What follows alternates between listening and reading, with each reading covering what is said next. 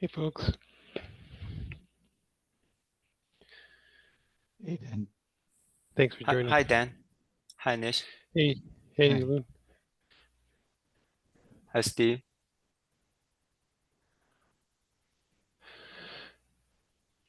So I might need to leave earlier. I might need to leave with an interrupt, but let's go and go until we until we get interrupted. Um, but I posted on Discord that I have I'm missing some childcare right now, so it could get interesting here in a minute. But so yeah, I took a week off and came back. So it's been a month since we last talked. I'm kind of interested in going to the next step on the staging branch and start merging in latest version of KVM CocoQ and start merging in some of these RMMUFD and integration pieces. Um, the the burning question I had from last time that it kind of left me with a I feel like it's something we had to solve. What was this question of how could it be the case that um, one vendor requires MIO absolutely to be unmapped before transitioning from run to from run back to locked or unlocked, and another vendor requires the exact opposite. That feels like something that feels like a Yeah. like what maybe it's the case that actually has to happen. There's a good reason for it, but it feels like one of the other is or misunderstanding the security properties or something like this, or maybe really it is like, yeah, this is the reason why we can document it. But um, what I did, you and I chatted a little bit after that, and did come to the conclusion um, that this DMA drop issue is not a property of the fabric. The fabric should guarantee through IDE that like we're not missing things.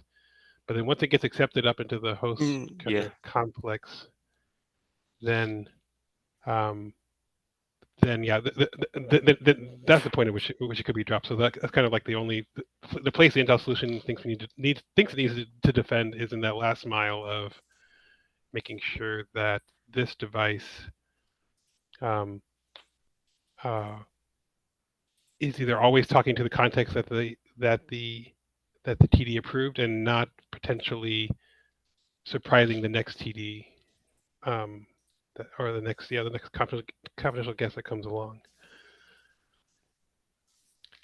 And but so maybe we can spend a little time trying to understand a bit more about the. Basically, I think I want to understand more about the ARM case, which has the reverse requirement, Yeah. and then maybe because I can, I did talk to the architects about this, and I think they had a lot of discussions within the team, and they came back saying not an issue. Now, the reason why MMIO needs to be unmapped before an unlock on ARM uh, is because we don't. So so the problem that we discussed was, suppose let us say we have the MMIO region actually belongs to a tested device, and if we allow the device to go away with the realm with the guest thinking that the MMIO range is valid, there is this worry that the guest may access the host can put in a new device and then non-verified, but then have the MMIO map to the new device under the host level, um, which is what was worrying. Yes, there are ways to prevent it at the granular protection check level and things like that, but the solution which the architect came up on the ARM side was make sure we unmap the MMIO before we unlock. So the unlock requires all the MMIO ranges to be unmapped for the unlock to succeed. And on top of that, the CC architecture also allows hosts to unmap things during the runtime. It's not, it doesn't prevent it, but if you do such an unmap, the host doesn't make a forward progress.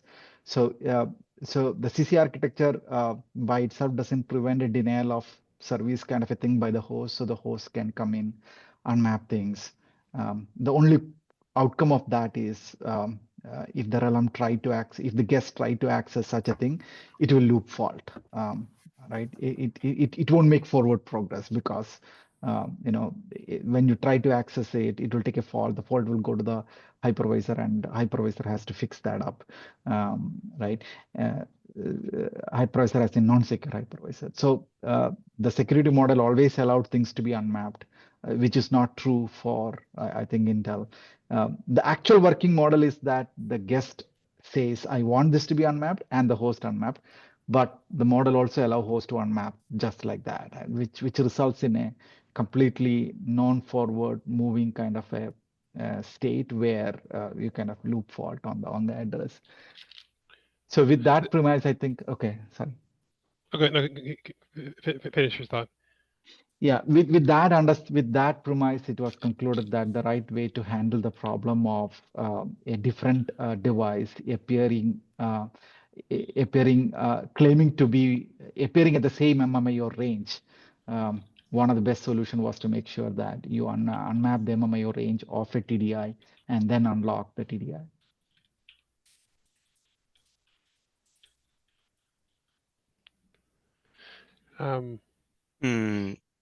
Yeah, I think that previously, actually, Intel has a similar concern that actually we split the unbind into stop and into TDI stop and TDI remove, and our previous execution step is that you first stop the TDI, then you need to unmap the MML, and then you could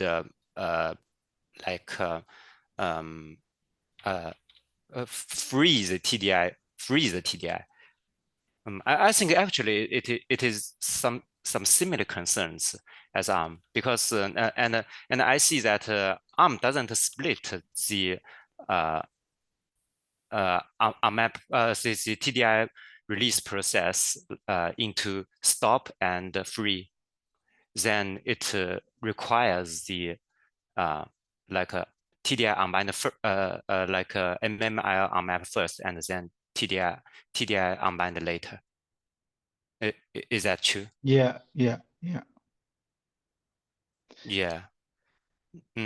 But I actually had the similar discussion with our security team, and I think our discussion leads to that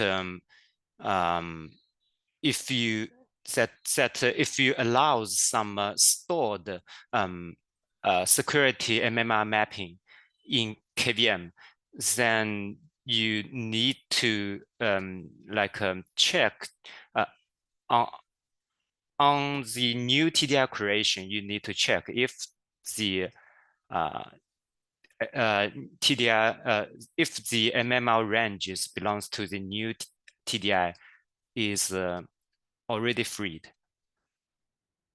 I think that's some additional checks if we allow some stored MMR mapping. But shouldn't the TSM be enforcing that? Like it doesn't. I mean, yes, KVM could check it, but like for the security property, like I mean, I guess what you're saying is we could move the problem.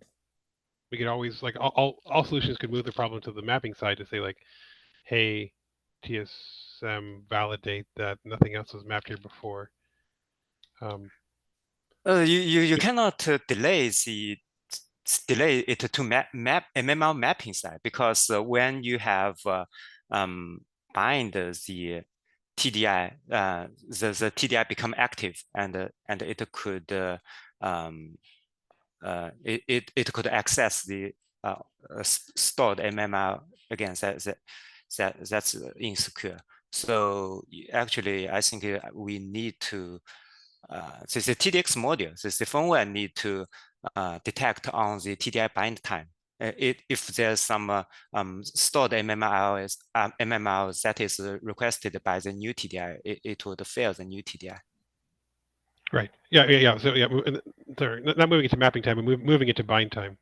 Yeah.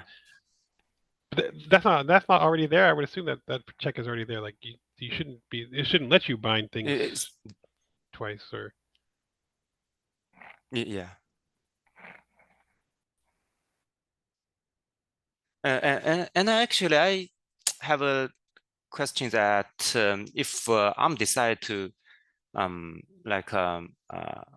the MMIOs before allows the unmap MMIOs before TDI unbind, then how to address the DMA silent drop issue? I'm not sure. So that's the second part, right? So it's just not MMIO, right? ARM do allow, the CC architecture do allow any mapping to be removed by the host during the runtime of the guest, right? So in that situation, what happens is the host has a state called host IPA state. We kind of name it as HIPAAS, and that kind of goes into the unassigned state, and any access to the address by the guest will take a fault, and then it will loop fault there, and it's kind of a denial of service. But then the entire CC architecture allows that. We don't try to prevent that. What I'm trying to get to is the ability to unmap the host mapping is there as a part of the CC architecture, irrespective of whether we are unmapping an MIO or a DRAM. Silently dropping DMA is not something. One of the things that could concluded in the thread was silently dropping DMA is not something we should really mitigate about, because there are umpteen ways. What it would maximum result in is a denial of service.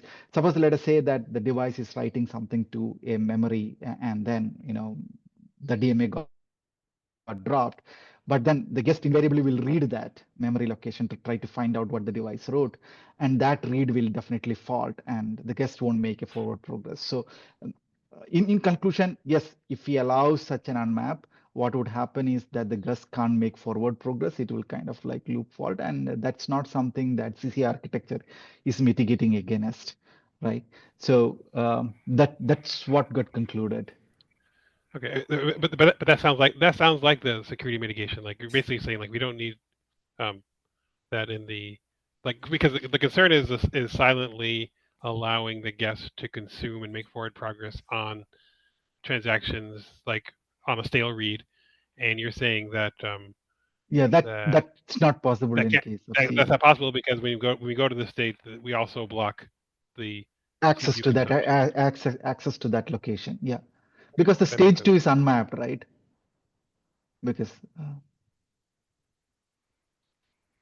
so when the mapping is enforced, when the unmapping is enforced, then then it doesn't and the guest tries to goes to get the result and the DMA was dropped. The guest can't read the data. Yeah, can't exactly. read the data because yeah, it was gone. Yeah. So I can little bit explain it a little bit more. So what basically happens is when you unmap, we kind of remove the stage 2 mapping, like the stage 2 translation. And then we will not allow a new stage 2 to be inserted into the same guest real address translation unless the guest agrees to, right? It's not even possible for the guest to insert a new one unless the guest agrees to. So the guest knows that something did change, right? So we will not make a forgo. It will end up as a denial of service. The guest didn't agree for such an unmap. The host did end up unmapped, which means the host cannot put a new mapping and the guest cannot get any stale data or anything like that. What is this agree mechanism? Because one of the Intel specifications for our updated specifications are out, and one of the details in there is around. It's kind of similar to this agreement protocol of saying like, hey, if you want to unmap something, you need to get agreement ahead of time, and if you don't get agreement, then things either denial service, crash, stop, fail, whatever. Does that do you have? So basically, I'm looking for co-travelers to see if the solution that Intel needs, or that we need to like ask the guest, like, hey, host wants to map something. Do you know about this? Is that okay?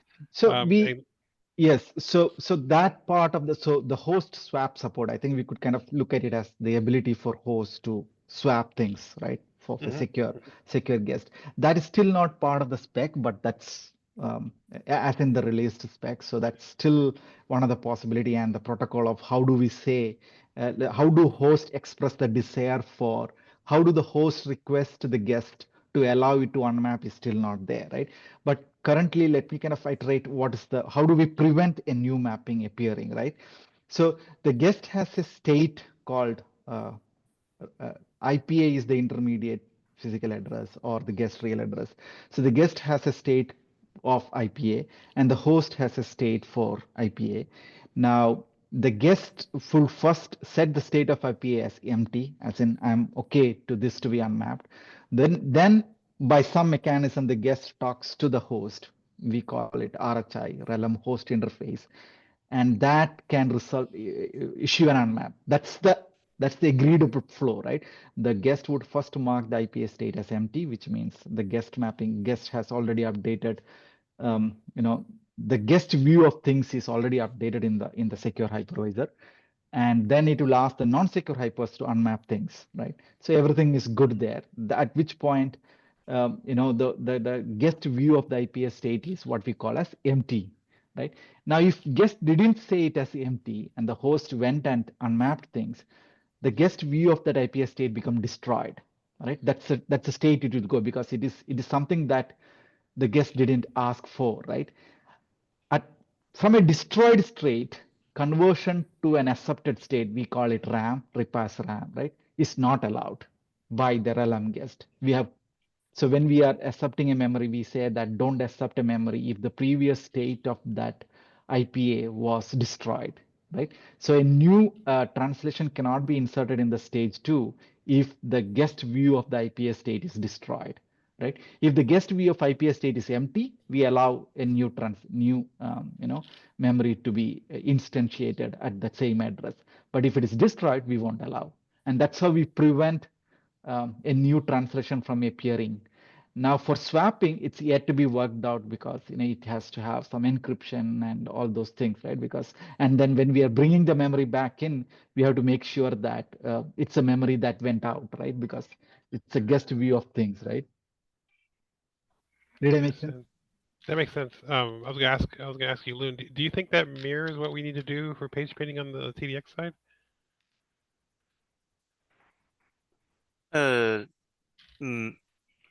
My understanding is that first I have something I didn't understand. You mentioned about the IPA. It is some kind of lower level access control table. Is it?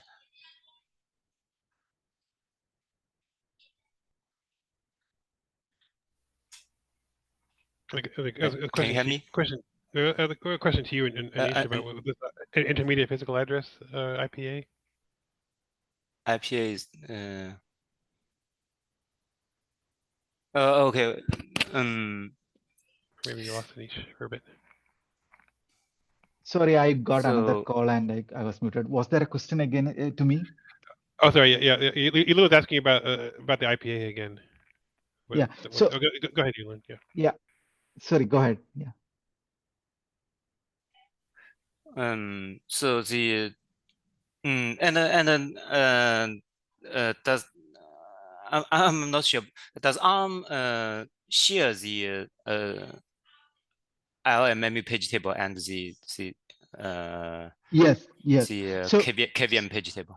Yes, the stage 2, it doesn't really need to, but one of the implementation could be a shared one. Okay.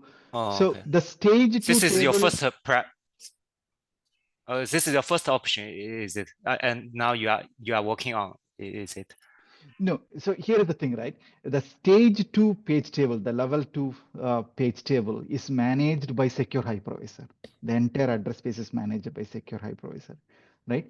Now, the secure hypervisor also manage the secure IOMMU, and the non-secure hypervisor manage non-secure IOMMU. So there are two IOMMU views, like, so if t equal to 0 transactions and t equal to 1 transactions are translated by different page tables configs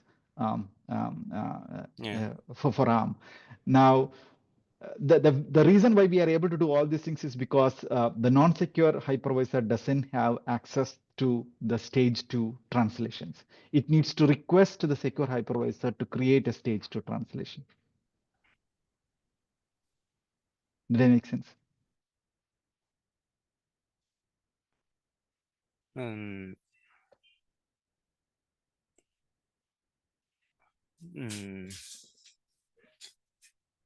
I understand is that you mean that if we unmapped the I'm not sure if we unmap the MMIO, we only unmapped the page table on the CPU side, or we at the same time unmap the MMIO on the secure IO page table side. Yeah, so when we unmap MMIO, irrespective whether it is MMIO or DRAM, right? When we unmap, the translation goes away for both the IOMMU and for the CPU, because both IOMMU and the CPU share the same table. Okay. Architecturally, it doesn't need to, but one of the implementation is it is sharing, right? Okay, so the implementation is what you are now working on, is it? Correct. Yeah. Okay. So the thing is that actually when the point is that when you unmapped the MMIO, then the on CPU side you cannot actually read the address again. Exactly. Yeah. So it means that you cannot get the data back. Then it is safe to let the DMA drop. Yeah. Exactly. Okay. But I think sometimes it is you still if the guest doesn't read that memory again, it assumes that the memory is okay, is it? Sure, but so yes, the DMA got dropped, but the guest is not accessing such a thing. I'm not sure there is any issue with that. Yes, only the problem is only if the guest try to access it and act on that data, right? And the guest cannot access that data. But actually, for MMIO, I can think of one thing that for MMIO cases, because the MMIO is these MMIOs are related. That even some MMIO may be write only, and it affects other MMIO addresses. Then even you cannot, or you don't need to read that MMIO address. The impact may show on other MMIO addresses. Then there's no way for guest to verifies So- that So, the so impact. this is now we are talking about device writing to the MMI. I mean, that's where I got confused in all our discussions, because as long as we are talking about DRAM, it was very clear to me because the guest is doing a DMA translations to a DRAM. Now, when you talk about MMIO, are we talking about a device doing a DMA into an, which was, I mean, I can understand CPU reading and writing to an MMIO address, but device doing what?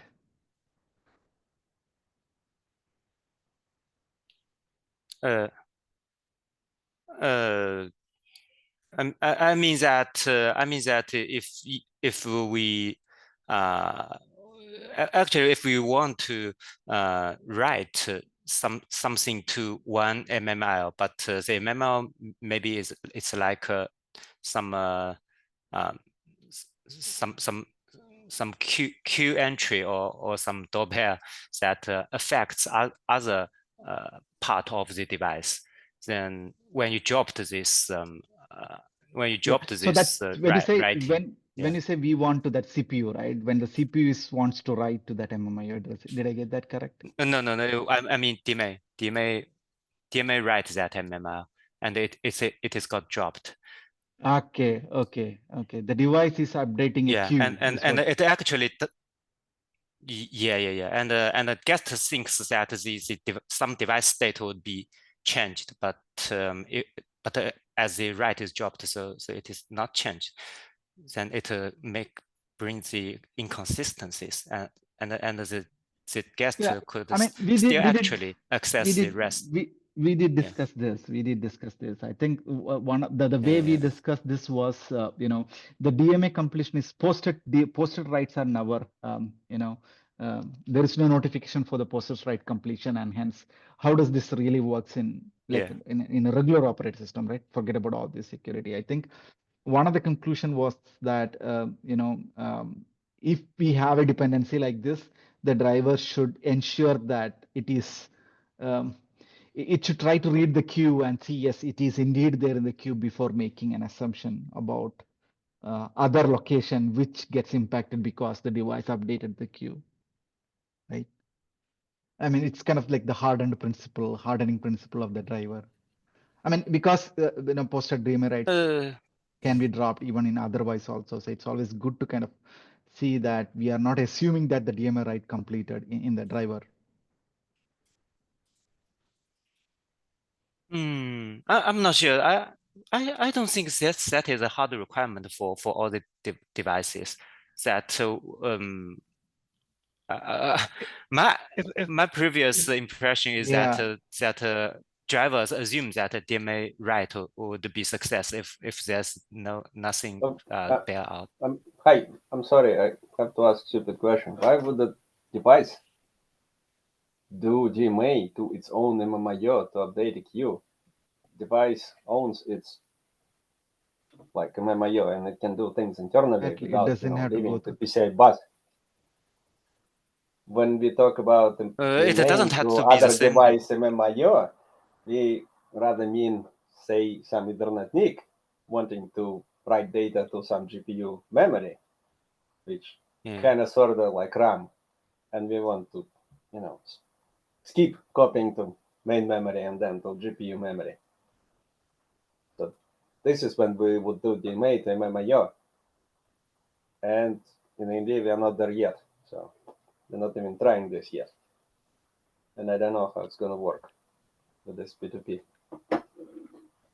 But normally, what we do now, it's like one device, it's secure. There should be no DMA to MMIO, like at all. Yeah. Unless I miss something.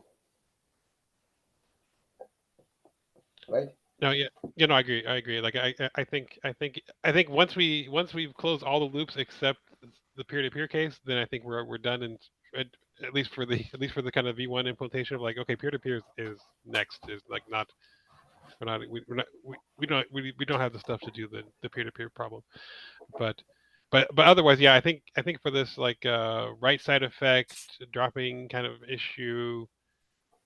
At some point, it's gonna have, like, I kind of agree with Anisha. It has to be a protocol where it says like, hey, if you don't trust that like that this register has been written, like make sure that like it's setting up a queue pointer or something like, so like don't read ahead in front of the queue, like if this thing like that feels like a protocol you can solve in the driver, for that kind of last mile of things. But okay, but I at least like so my reason for asking that is one, I think we're more aligned than I thought we were, and two, it was this idea that like I was hoping that this Intel solution for having a protocol that asks the guest, hey, is it okay to unmap, was something that another implementation needed, so that we're not kind of off on our own asking for this thing, or that's something that we can work together on. And it sounds like I don't know. Does Sev need that, Alexi, or any kind of protocol for the guest to allow for unmapping? Like basically preventing the host from making progress on an unmap until the guest says it's okay. I don't think there is. It's the host can do whatever it wants to any page tables. It cannot do whatever it wants to RMP. Well, it can do whatever it wants to RMP, but then guest just won't be able to access this MMIO when its RMP is changed until guest decides that it's okay with the change in RMP and validate it again. Which is same as like, what CCA is doing, right? What ARM is doing, right? I mean, but host can do anything at any time. Yeah. And guest needs to ask actively to bring it back to guest. But does that put the guest? Does that put the guest into an error state if that happens? If it sees that, and if the guest will try accessing this broken MMIO, there will be RMP fault in the host. I'm not sure guest will. Well, probably will stop. Most likely. Yeah. I see that if the guest still access the already unmapped memory or MMIO by DMA, seems like it will trigger the ASI defense. Is it?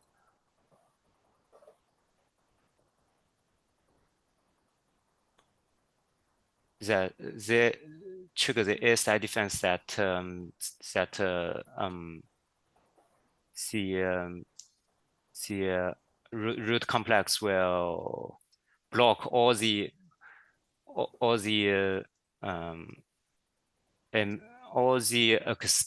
device IO access to that port.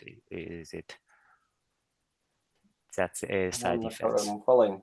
If host unmapped something just mapped, then root port has no say in it, as it will fail before reaching root port, because RMP entry is not up to date. And if it reached root port, then it's all good. And transaction will go out to the device. And then device may barf on it for some reason.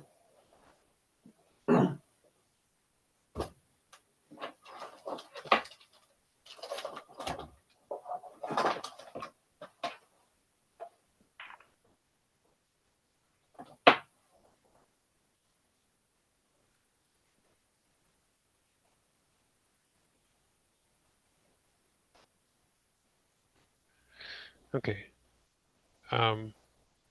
So yeah, so I posted V4 of the TSM infrastructure. I feel like it like thank you Alexi, thank you Anish and Elun for the feedback. I think it actually got much cleaner. We do have separate operation structures. That's the biggest thing I guess for this group I want feedback on. If you think this split makes sense, where I'm calling or I have this separation of link operations, which is kind of host side physical, SPDM, IDE, all that kind of DSM related communication stuff that happens on the host side is the link operations. then the security operations, which is everything happens on the guest side, which is like bind requests, state transitions, and basically TDI side stuff, because that's really the TDIS stuff. That's really the security state, locked and run management. So I think that's cleaner. I think it solves that whole weird PF0 problem on the guest side, which was really my fault for not having the full end-to-end solution in the DevSec stuff. So I'm hoping that that's more acceptable for what everybody needs. But I think what I'm hoping to get to is a point which we do have a bind flow in the staging tree. I don't care whose it is, as long as it's two, whether it's the sample implementation in one vendor or two different vendors, but I think once we have two, then we can plausibly say like, hey, we have consensus, and then we can start talking. One step back about IDE. Can we get those patches upstream, or they will go upstream like all together with TFM and the rest? The kind of what I kind of been talking to. Hold on a second. I mean, like IDE library and that stuff. Give me good state, and we, yep. Yeah, give me 30 seconds. I'll be back. I just got to do a kid interrupt real quick. Sorry, a second.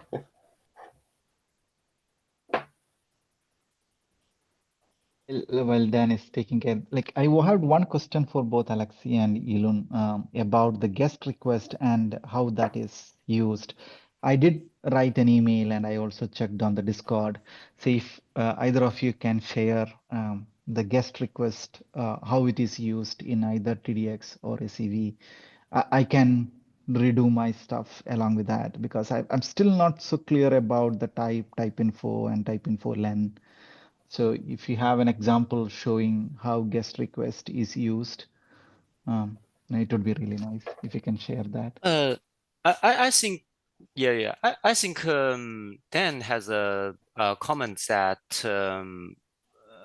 we actually don't need the type info buffer, because the introduce of the type info buffer, my initial purpose is to web some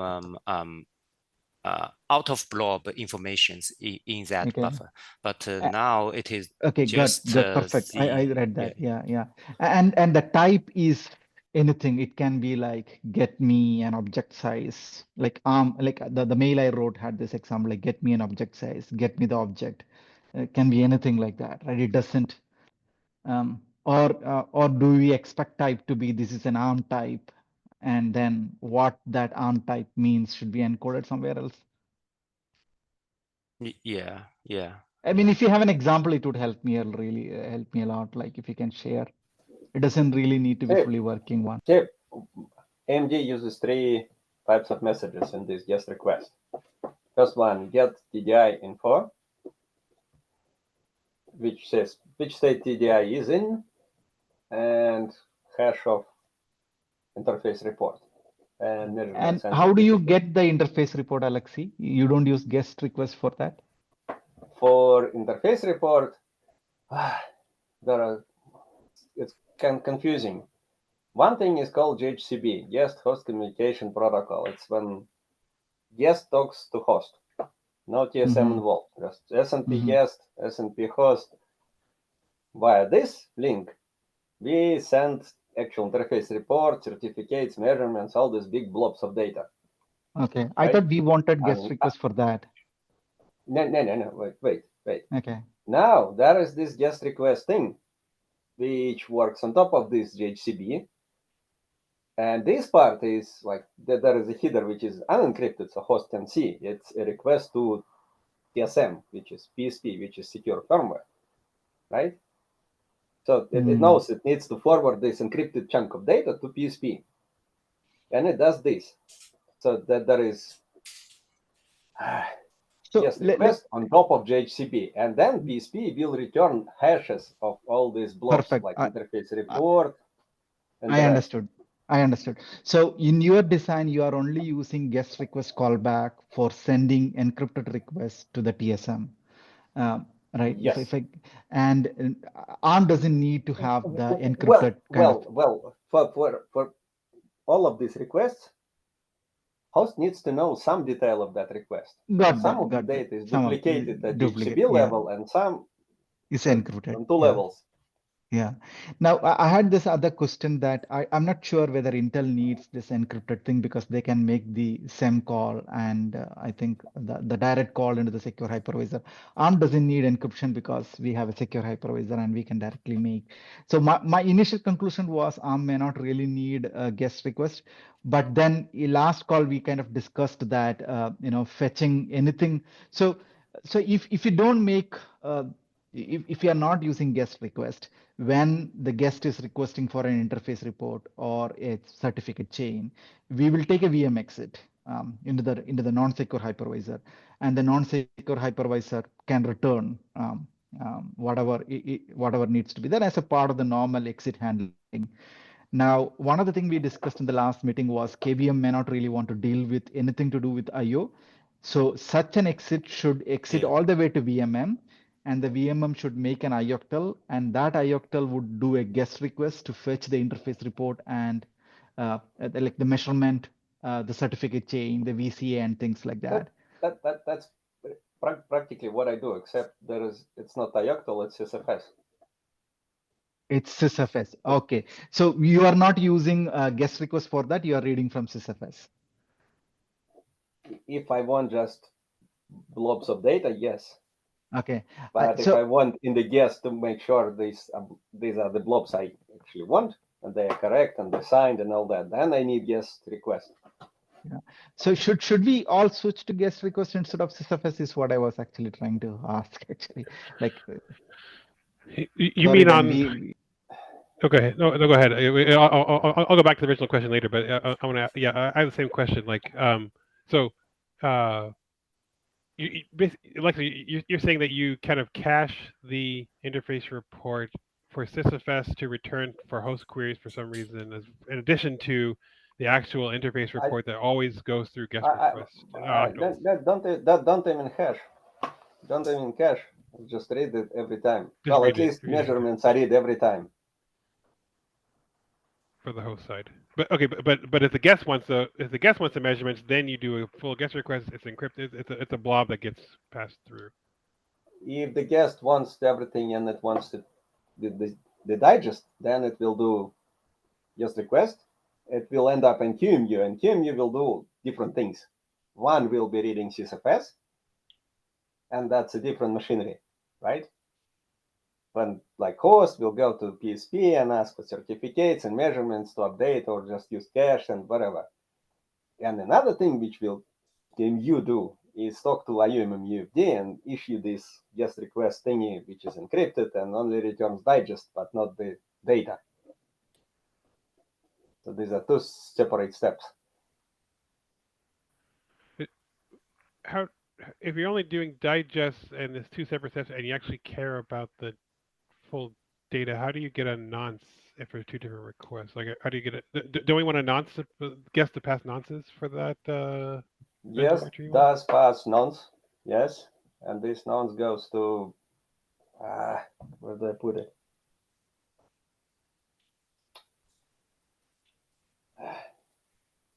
It does write it to. I need to double check this. I didn't look at it like a couple of months, but there is nonce coming from guest and going to the PSP. There is like SysFS node for this nonce, which I write to from QEMU, and then I read from SysFS the measurements.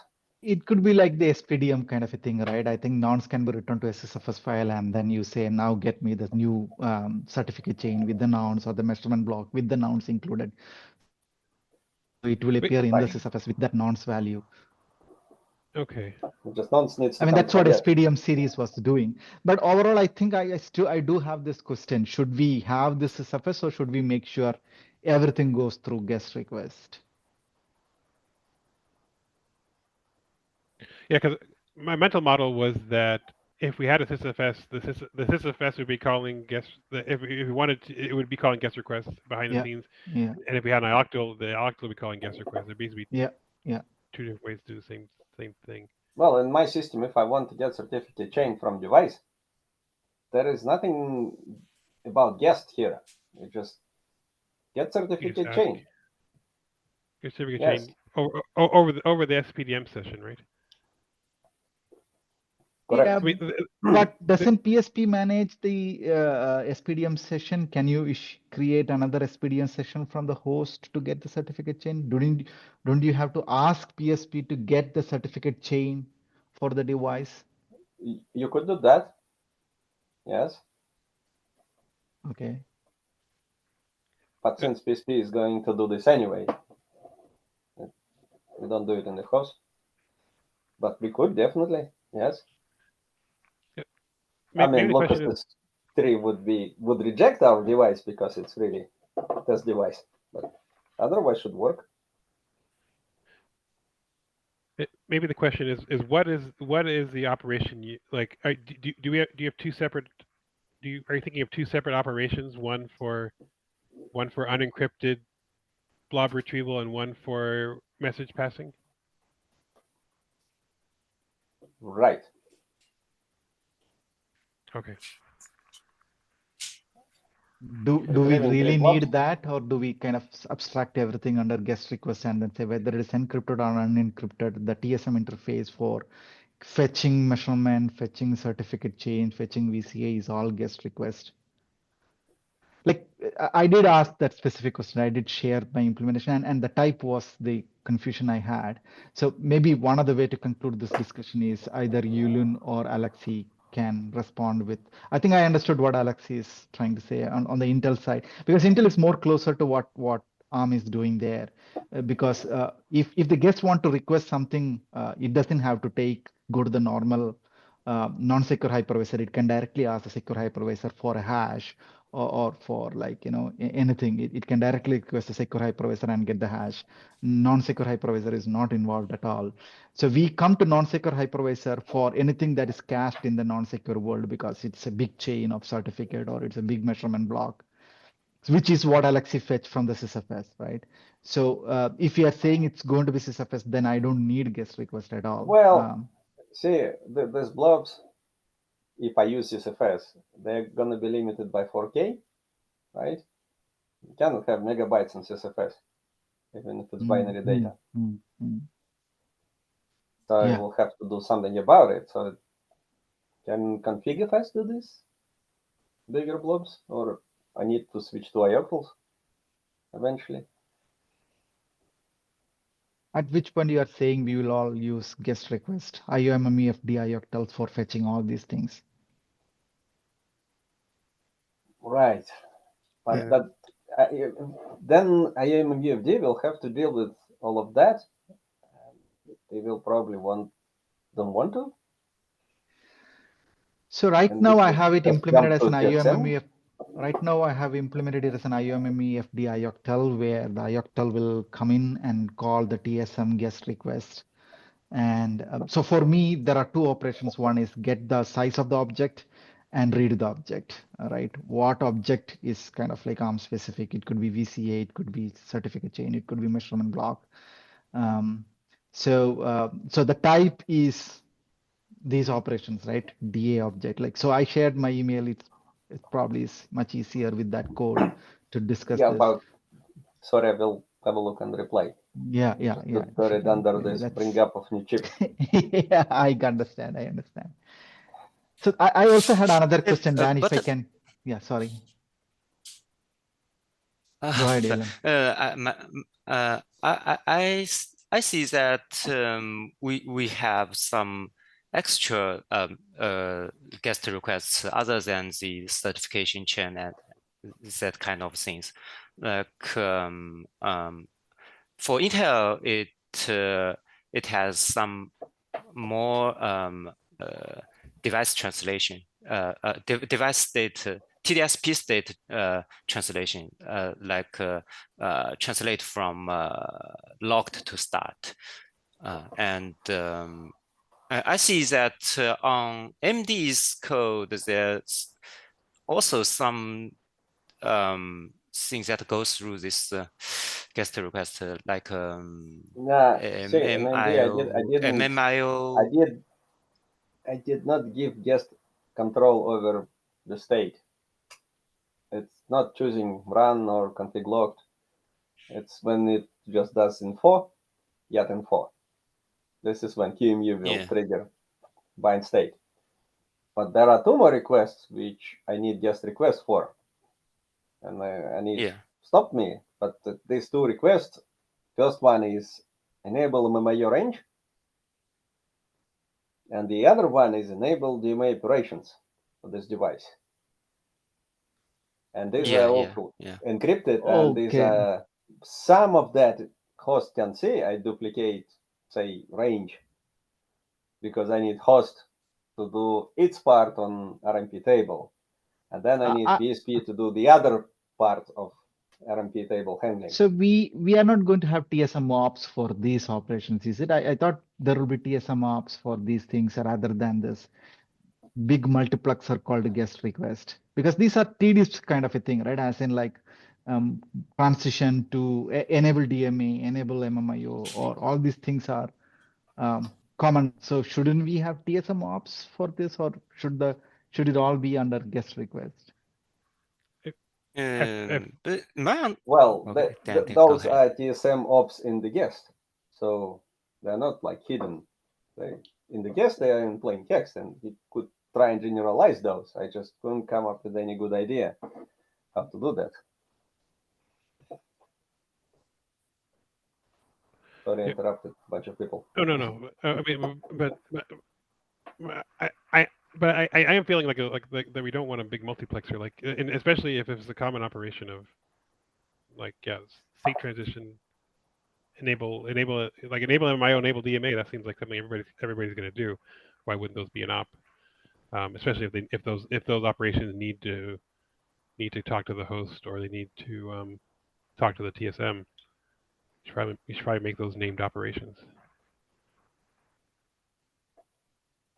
But my idea blocks the guest in the guest user space to this enabling authority. Oh, guest user space. Guest user space talking to what? To PCI TSM, or to? It's another good question. If you want to switch device to secure state after validating everything properly, with going out to the internet and checking measurements and everything, and then enable it act securely, right? That would be some user space doing it, some CSFET daemon or something. Right. I mean, there's the whole, here's the device in a not running state, and it's locked, and you can do all the validation, come back, and then say go. But I think it's where we're talking about. But that doesn't require any new operations, because that's just, well, except from the transition to run state. At the end, after user space says go, then we have a TSM operation to say, okay, go. But Yilun, you're saying something? Because I think these operations are these are the guest concerned configurations that actually we don't need some generic host component to maintain these guest concerned state, because actually when my scoping is that when host's management responsibility is to bring this device to some locked state or run state that then host will not care about this device anymore. Until it is unlocked, and then the guest needs some extra configurations that host don't need to care anymore. So these but these requests sometimes may need host help. So let's just build a direct channel using this guest request to let the guest directly talk to the firmware or the through the vendor specific TSM driver. Well, Right, I cannot right. talk directly to PSP just by design. And I also need host OS to do something before calling PSP, something other than just forwarding request. Yeah, I feel like yeah, there's going to be a bit of like it's like we're talking about two different things. Like on the guest side, there's a whole bunch of things, a whole bunch of work we're going to do. Some of that might turn into things that get turned into guest requests, and on the host is just saying, "Oh, the guest is." I have no idea what the guest is doing. I'm just forwarding things because the guest is talking to the device. But I think for those common operations where actually the PCI layer needs to have the interface, then we probably need TSM operations. But this is also a reason why I think I included this idea of a TSM sysfs attribute group, so that any TSM in addition to the standard attributes, they can put in whatever attributes they want. And so like if Zev wants to have some other extra attributes, it can. And so I think that's we need to have kind of a decision matrix of, is this common? Does the PCI layer care? Do we want to have a common attribute for it? Yes, then we need a TSM operation for it. If it's something that's vendor specific, the feature add doesn't really kind of fit in other operations, yeah, go make your own sysfs attribute, and it'll be kind of like the vendor specific sysfs attributes or that kind of thing. So I do think there's room for both, but I think we need to get the whole list to know which belongs in which bucket. Right. Since we're doing sysfs, how do we expose certificates? If using sysfs, or do IOCL, or do what? So what I've learned is that one, this question is a bit messy, and I'm still trying to get Lucas to publish his stuff. I actually want to punt on that and basically get the device assignment. Like I've heard from people that it'd be interesting to have attestation come later. Like if we can get everything but attestation going, that's actually useful to some people, because then we can do all the kind of the mechanics of the PCI protocol, all the hardware stuff, and then the attestation thing we can figure out later. But right now, I don't have an opinion so much on sysfs or not for that. Like I've also heard Lucas's feedback at Plumbers was do netlink for that. So that's also still up in the air. Netlink, what is that? Yeah, netlink is so. Yeah, that's the thing. So I think for staging, like if you already have sysfs for it, then we go with like I think we can just have sysfs for it, and then let upstream review tell us we need a different ABI. Sysfs is where Lucas started. People said it's not going to work for that. I do think the TSM case is a bit different than what Lucas was trying to do, because he's trying to like manage SPDM properties and these kind of things. And so if we're mostly just doing blobs and chains and big, mostly static binary data, then sysfs is probably great. Well, 4K is enough. But binary files can go bigger than 4K, right? In sysfs? Yeah, if you do a binary sysfs file, it can be bigger than 4K. Ah, I did not know that. Okay. Yeah, if you do a text, if you make a text, and yeah, then it's 4K. But if it's binary, it can be bigger. No, you made your point clear. Text is violating sysfs. Well, the way I do it. Okay. I told ChatGPT to write a script which will parse the binary structure in user space, and I did it in like 10 minutes, and I'm good. Awesome. I'll just use binaries. So I also have to drop here, but I want to answer your question about like, do we upstream the IDE bits? The things I've been talking, like what I've been saying on the list is like that we kind of won't push on this stuff until we are agreement that we have end to end. Like, so that's my preference. I would wait. I'd wait until we say like, hey, look, the staging branch can do 2 vendors can do a device assignment and transition a device from lock to run. As the point at which we say let's merge this stuff upstream. Yep, what do you? makes sense. Okay, so that's kind of the plan. Is Lucas's stuff going upstream anytime soon? That's the thing. I don't think I think we should plan to do something on our own and there are very few little dependencies and conflicts every time I rebase. So I wanted to reduce these rebasing conflicts. Yeah. I think. I mean, I think if we say that if we say that attestation can come later, and we're going to try to merge assignment plus tedious straight transitions first, and then just say that like on the guest side you just accept it. The accept step is a no op, but like there's no, you accept with no information. That's actually a useful point. I mean, then we can save then we don't need the full end to end of full attestation working too. We can just say device assignment works. That is a milestone. Get that upstream, and then build the attestation interface that everybody wants to see, which people have opinions about.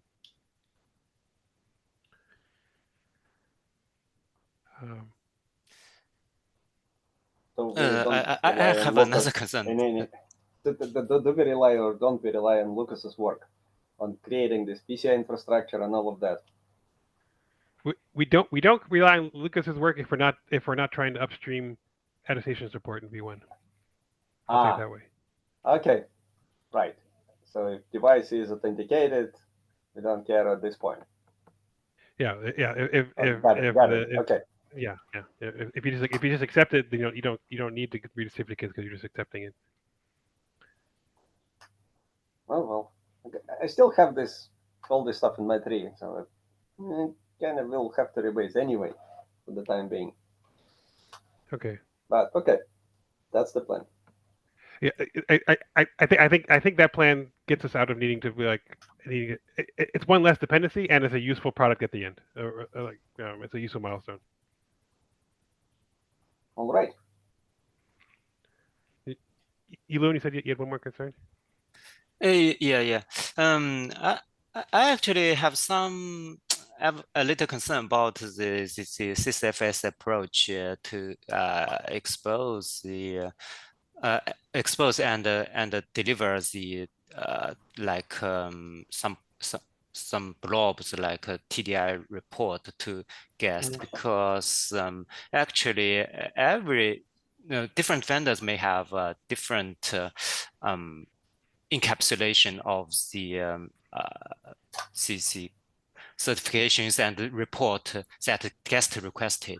So, but if we expose an SysFS in host, then we need some standard format that it is good to understand by host. Then the format is in PCI spec. It is standard. Yeah, but actually guest doesn't, when guest wants to get some blobs, it may not conform to the software defined PCI standards. It is firmware decided. It was firmware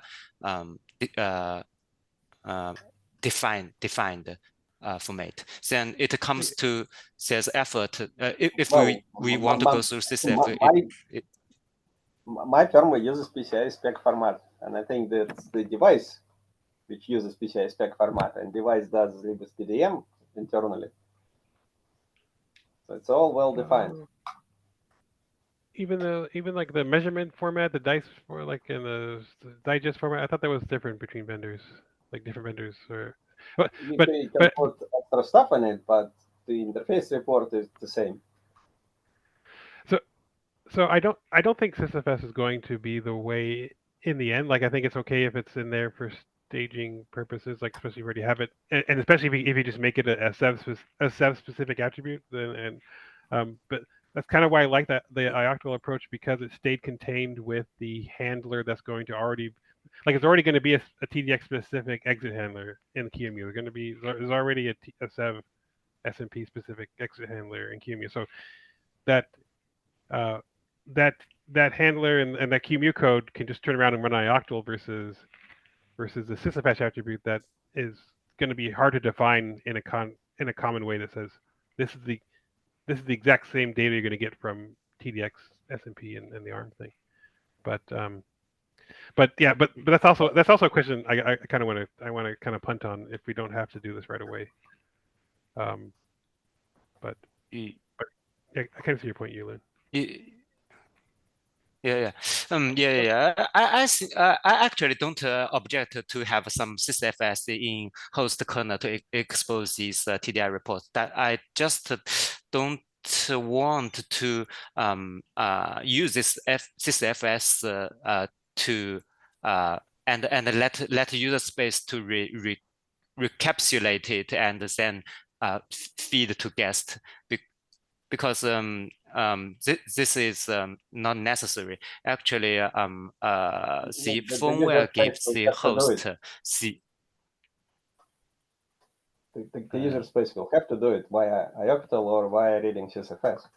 So it's a different. Where you gonna say, Yulin, the firmware what? Because yeah, that's what I was thinking too. That you have to get it somewhere. So it's either ioctl or sysfs, right? Or what? Yeah. I mean that the when some guest request comes, and the host already prepared the capsulation of the report or measurement for guest need, and the host job is just to forward this the capsulations to guest. And if we need to go through sysfs, we need host to first parse this encapsulation and provide the standard report, and then let the user space to recapsulate it and then forward to get. That don't need. So I just think that using a guest request to directly forward the guest needed encapsulations to guest, that should be okay. That makes sense. Directly forward from where? Like you exit to QEMU. QEMU needs to get interface report. You will not be, well, you need to get it in QEMU somehow in the first place, right? CSFS, it's one syscall, which is sysread. ioctl, it's another syscall, again, one sys ioctl. And in the kernel, it can do basically the same thing on ioctl or on sysread. I think you were saying like sysfs is not good at like taking input parameters and returning a formatted buffer. Like if it's a standard buffer format that's always the same, then sysfs is great. But like if it's I'm going to give me the blob that has these attributes that are in this message, then you kind of want to just say here's the guest request, here's the response for the guest request. Now, so far I used SPDM spec and PCI spec to parse all these three blobs. I don't know what else do you want on top, but if we do, sure, we can do ioctl. Okay, yeah, at least I'll take a look at your sysfs implementation, and there's room in the current TSM implementation like to have vendor specific sysfs attributes. So at a minimum, you could put that there until we decide, okay, yeah, actually, we want to promote Alexi's thing to be the way, or we want to say, oh no, that's not going to work, and other vendors are going to do their stuff to guest requests. We can figure that out. But yeah, I have to go take care of the family. To debug things with this. Yeah, I think so too. SSH and dump. But yeah, I gotta take okay. take care If of it. we have some vendor specific CSFS, is that meaningful? Yeah, like I think it depends. Like if it's for like debug and it's for something like Okay. then yeah. But if it's a flow that everybody needs to do, then we should use the same. We should use the same API. Okay. May not work. Okay. But yeah, you guys can keep talking. You want? I have to drop. But thank you for this. We will talk on the list, or I'll see you at the next one. Have a good rest of your day, guys. Okay, We'll okay. see you. Bye. Okay. See you. Bye.